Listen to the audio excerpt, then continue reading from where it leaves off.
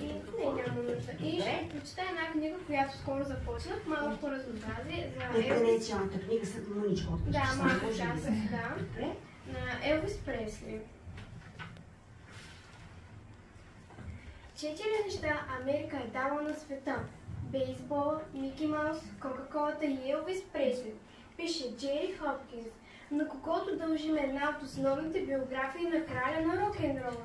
Може би трябва да окрепнем Хопкинс, журналист и издател на рок-списанието Rolling Stone, че премълчава някои други, не по-малко макар и по-малко приятни неща, които Америка също е създала на света. Например, атомната бомба. Не бива обаче да отричаме твърденията, например мнението, че Елвис Пресли е американска легенда, откъдето произхожда родът Пресли.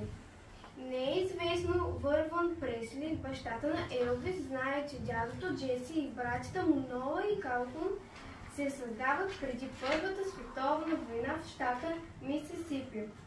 Село разположено една миля точно от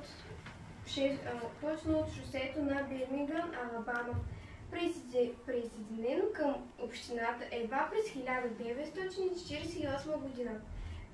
Върван разказва също, че през 1913 година 17-годишният Джейси се оженва за Мини Мейпл и че те имат 2 сина и 3 дъщери.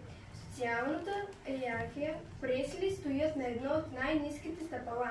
Те, както и съседите, принадлежат към онези, които надменните жители на северните щати наричат бяла измет.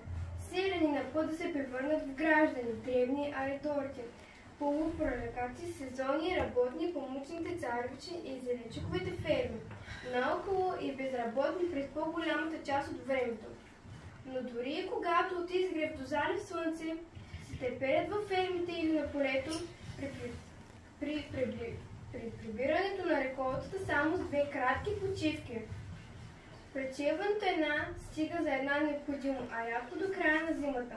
Всеки назначен по-дълго време малко предприятие или склад може да се смята за благодетелствие.